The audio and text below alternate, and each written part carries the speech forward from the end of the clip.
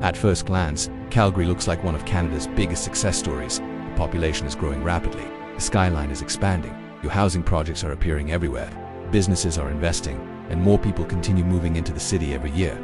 Calgary recently welcomed its 1.5 millionth resident, making it one of the fastest growing urban centers in Canada.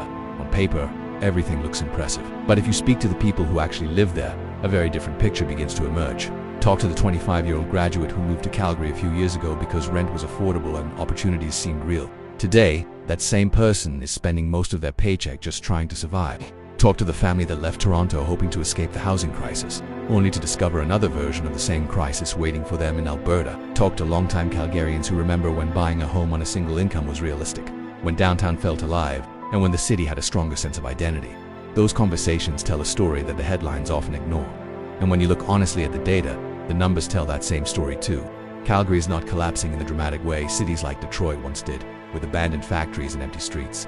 Instead, it is facing something slower, more dangerous, and more difficult to notice. The city is beginning to collapse under the weight of its own growth. It is consuming the very advantages that once made it attractive faster than it can replace them.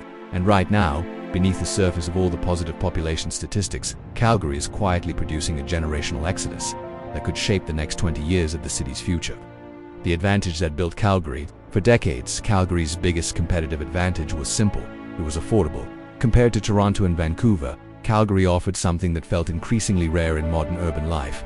Opportunity combined with affordability. People could move to the city, find a stable job in energy, construction, healthcare, or the service economy, and within a few years realistically expect to own a home. That formula built Calgary. Hundreds of thousands of people came to the city chasing that version of life. Not luxury, not wealth, just stability. But that formula is beginning to break. In 2022, Calgary experienced the largest population increase in its recorded history. Around 67,000 people moved into the city in a single year.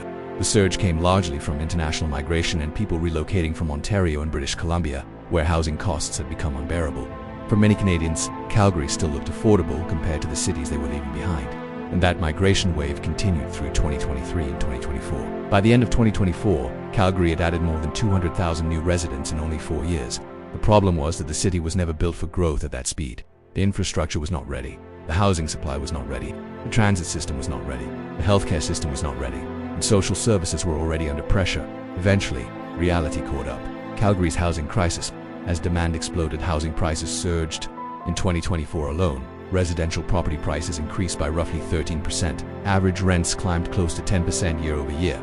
Today, buying a detached home in Calgary requires a household income of approximately $156,000 annually. Even rent in an average apartment now requires a salary that many ordinary workers simply do not earn. To comfortably afford average market rent, a single earner needs to make around $84,000 per year. That immediately excludes huge portions of the workforce. The city that built its reputation on affordability is slowly becoming inaccessible to the very people who keep it functioning. What makes this even more concerning is that Calgary still markets itself as the affordable alternative to Canada's expensive coastal cities. But the numbers now tell a different story. Homelessness is rising, housing insecurity is growing, and thousands of residents are struggling to keep up with basic living costs. According to local housing reports, tens of thousands of Calgarians are currently living in housing need. 1 in 5 households can no longer comfortably afford their housing costs. That is not a small issue. That is a structural warning sign. The hidden population shift. At first glance, Calgary's population growth looks overwhelmingly positive. But there is an important detail hidden beneath those numbers. The people arriving are not necessarily the same people who are leaving. Many newcomers are immigrants or interprovincial migrants arriving from even more expansive cities. But increasingly, the people leaving Calgary are young locals who grew up there. People in their 20s and early 30s. Young couples, educated professionals, future families. They are realizing that the version of Calgary their parents described no longer exists. There was a time when moderate incomes could build a stable middle-class life. Today, that dream feels further away every year. And when a city begins losing its young, locally rooted population, the long-term consequences become serious. Because these are the people who normally create businesses, build communities, pay taxes, support local economies, and shape the future identity of the city. Losing them slowly weakens the city from the inside.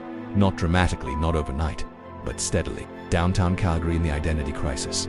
After the 2015 oil crash, Calgary's energy sector suffered major losses. Thousands of office jobs disappeared. Downtown office towers emptied, and Calgary was left trying to redefine itself. Even today, Calgary continues to have one of the highest downtown office vacancy rates in North America. The city has attempted to respond through office to residential conversion projects. And to be fair, some of these projects have produced meaningful progress. But converting office towers alone cannot fully restore a city's economic identity. Many residents continue reporting concerns about safety in the downtown core and Beltline areas, visible drug use, encampments, late-night insecurity, and growing social instability. To be clear, these are not problems unique to Calgary. Almost every major Canadian city is dealing with similar challenges. But Calgary faces an additional problem. Its downtown was already weakened by the collapse of energy sector dominance. That makes rebuilding confidence significantly harder. Pressure on public transit. Calgary's C-train network remains one of the largest light rail systems in North America. For many residents, it is still genuinely useful. But during 2022 and 2023, violent incidents on public transit increased sharply. Public confidence dropped. Many riders no longer felt safe.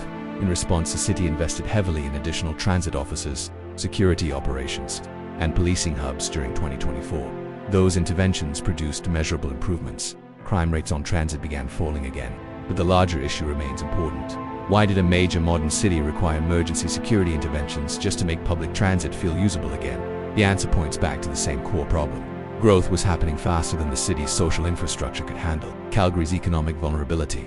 Now we arrive at the deeper issue. Calgary's economy. Despite efforts to diversify, Calgary still remains heavily dependent on oil and gas. When energy prices are high, the city performs extremely well. Jobs increase, salaries rise, government revenues improve, and confidence returns. But when oil prices collapse, Calgary suffers quickly. The 2015 oil crash proved how vulnerable the city still is. Thousands of jobs disappeared almost overnight. Downtown activity slowed dramatically, and the city entered a prolonged economic adjustment period. Since then, Calgary has worked hard to diversify. The technology sector has grown, financial services have expanded, creative industries have developed, and startup culture has improved. Those are real successes. But diversification has still not reached the point where Calgary is fully protected from another major energy downturn, and that creates a dangerous combination. Because housing costs are now far higher than they used to be. Imagine a household carrying a large mortgage based on today's elevated housing market. Now imagine another major oil downturn reducing employment and wages. That creates enormous financial pressure. In other words, Calgary has become more expensive at the exact moment its economic future remains uncertain.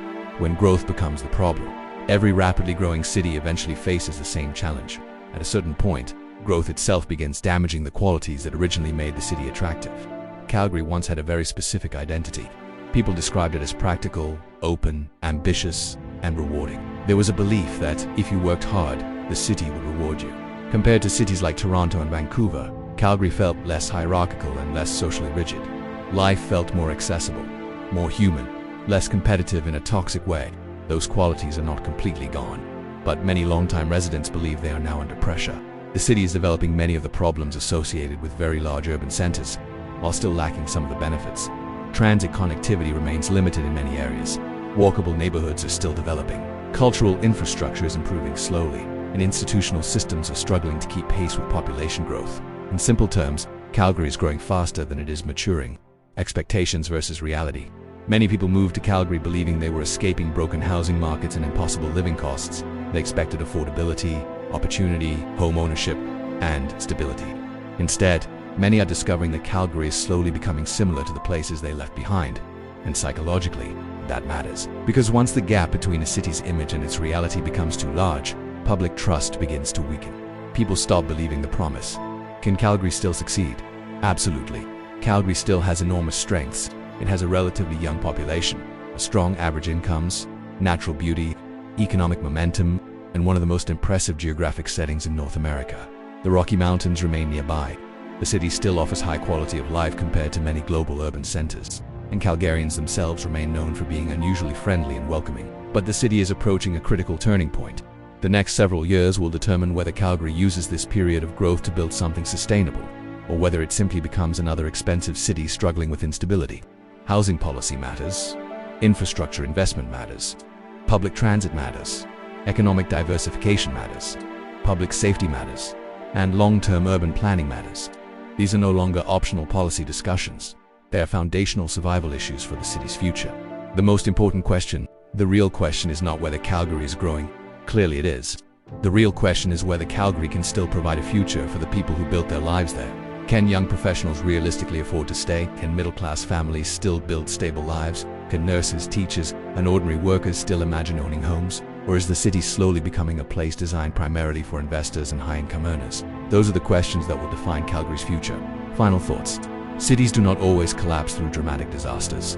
Sometimes they begin weakening while still appearing successful from the outside. That is what makes Calgary's situation so important. It is a city that still looks prosperous. It still looks attractive. It still looks full of opportunity. But underneath that success story, serious structural pressures are building. A city that cannot house its own future generation eventually faces consequences. A city that prices out the very people who built its identity eventually loses part of itself. And unless leadership begins confronting these problems honestly, today's warning signs could become tomorrow's permanent reality. Because in the end, the true strength of any city is not its skyline. It is the people who believe they can build a future there. And when those people begin deciding that the math no longer works, population growth alone cannot hide the problem forever.